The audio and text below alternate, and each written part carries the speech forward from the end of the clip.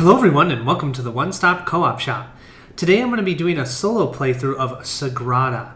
This actually was, I found out about this because one of my subscribers, Sylvain, he had mentioned that he was really excited about this coming out when I asked people what they were excited for a solo co-op game that was yet to be released.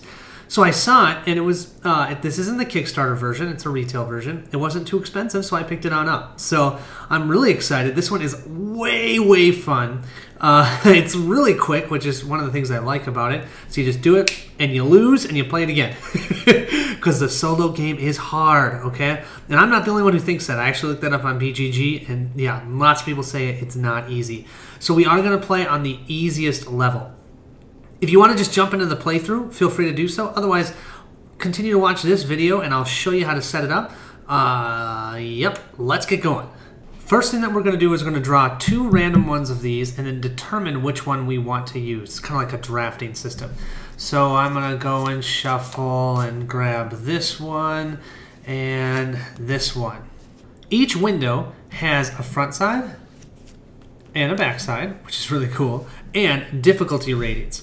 I am, once again, going to be a wimp and play on an easier one. And so I looked at these, and I decided I'm going to do the Sun Catcher, which, if you look at the difficulty, yeah, it's easy. Oh well. I'm just showing you how to play it, not how to win, just how to play it. You can see here, these tell you some prerequisites for dice placement. So you're going to need to place a green die here, a purple die here, yellow die, blue, blah, blah, blah. Also, there's some rules when you're placing dice. You can never place dice orthogonally next to each other that are either the same number or the same color. So I couldn't put a green 6 and a green 4 because there's two greens. Or I couldn't do a red 4 and a blue 4 because that's two 4s. But diagonally, that's okay. So if I had a blue 4 here and a blue 4 here, that's totally fine because they're diagonal. So you're looking orthogonally.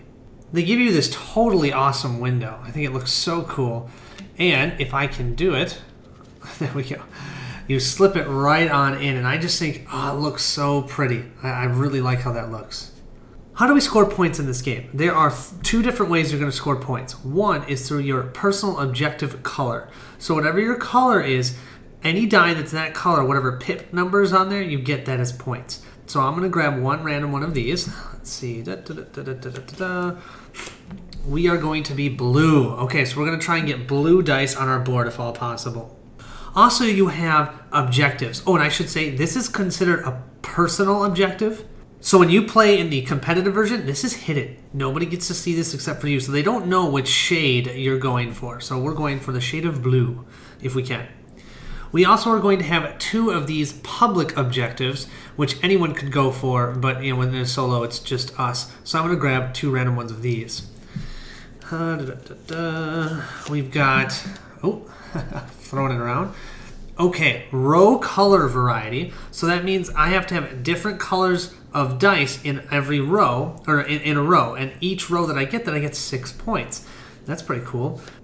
Oh, look at this. All right, column shade variety. Ooh, so we're looking at columns and rows. So column shade variety is looking for different numbers or different pips on the 4 dice that are going in rows. For each one that we have that, we get 4 points. So we got 4 points we can make this way and 6 points we can make this way. You do have some tools that are available to you, and in the solo game you can decide how many you want to use for how hard you want the game. 5 is considered the easiest, 1 is considered the hardest, or 0 actually, 0. I'm going to play with 4, I think. So let me just grab 4 out of here. 1, 2, and 3, and 4. Let's look at each of these in detail. The first thing to note on each of these tool cards is what's up here. This is the type of die I'll have to give up to use this. Now, when you play in the competitive version, that does not matter. This only matters in the solo version. So I will give up a die with 5 pips on it to use this tool. But that's actually really helpful to me, because if I give up a die with that 5 pips, I can still draft my 2 regular dice. I'm taking those points away from the opponent. So that is actually really helpful, and because it's a 5, that's really nice. So this lens cutter has the effect that after drafting, swap the drafted die with a die from the round track. Oh, so I can grab a die from the round track too. I can grab like a 6 and pull points off, because that's how the solo player is going to beat us. Every dice that we do not draft or use for a tool will go on to the round tracker, and we count up all of those as points for the opponent. So that is an awesome one. I've never played with that one, so cool. Here we have the Lathekin, and so this we'll need to give up a 4 die, and this one we can move exactly 2 dice obeying all placement restrictions. So we can just move dice on our board. Grinding Stone. So here we have to give up a green die. After drafting, flip the die to its opposite side. Oh, cool. So we can draft a 1, it can become a 6, or a 5 to become a 2, or a 4 to a 3. Last we have the Grozing Pliers.